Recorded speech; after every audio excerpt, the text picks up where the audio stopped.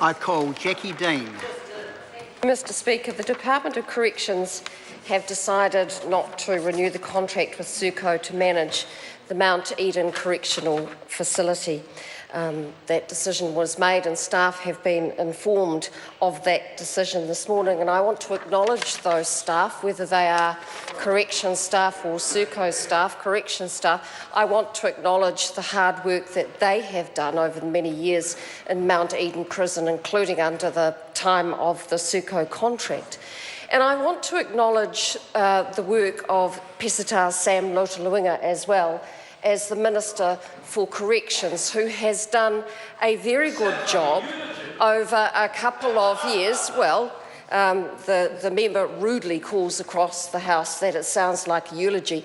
Actually, what it is me acknowledging that the Minister of Corrections oversees a portfolio which has inherent difficulties within it. And what those difficulties are is the fact that incarceration of people is something that is not welcomed by them, and a number of them will do anything within their limited powers to make life difficult for those warders and correction staff who look over them, and who are also extremely unhappy, angry, disturbed, violent people.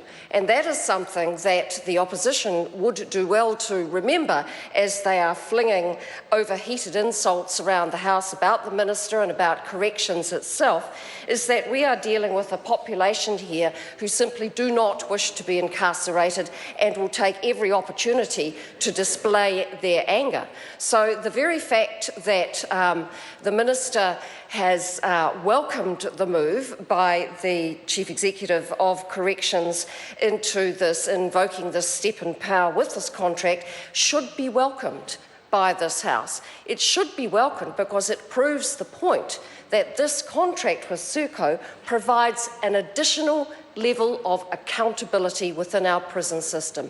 And that is something that should be welcomed around this House, because there is and will continue to be a full investigation into the events that have happened in Mount Eden Prison. One of the opposition members noted that Serco is primarily motivated by profit. Now, I would dispute that.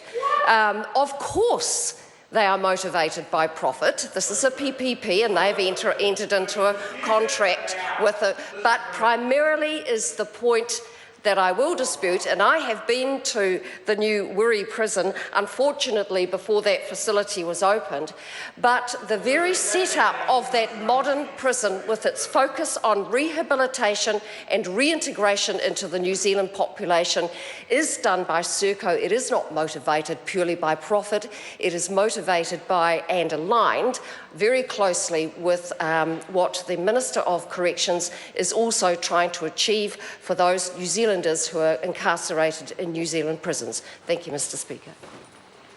Call on